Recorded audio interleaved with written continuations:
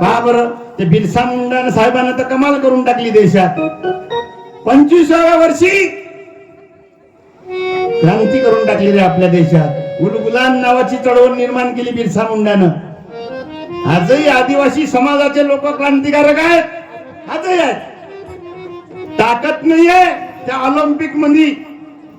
जर आदिवासी समाजाचा आजही पोरं आपल्या देशातले पाठवले ना, तर आजही आदिवासी समाजाचे पोरं गोल्ड मेडलिस्ट आणल्याशिवाय राहणार नाही आपल्या देशात.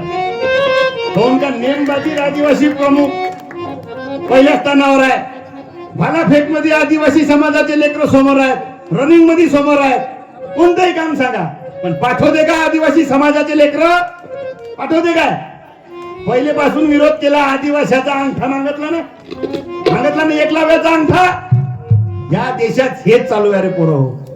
माझ्या शपथनं सांगतो, जर ओरिजिनल आदिवासी समाजाच्या माणसाला जर ऑलिम्पिक स्पर्धेत पाठवलं ना, तर जगात नाही तेवढे मेडल आपल्या देशात आणन. पण आपण चालत नाही ना या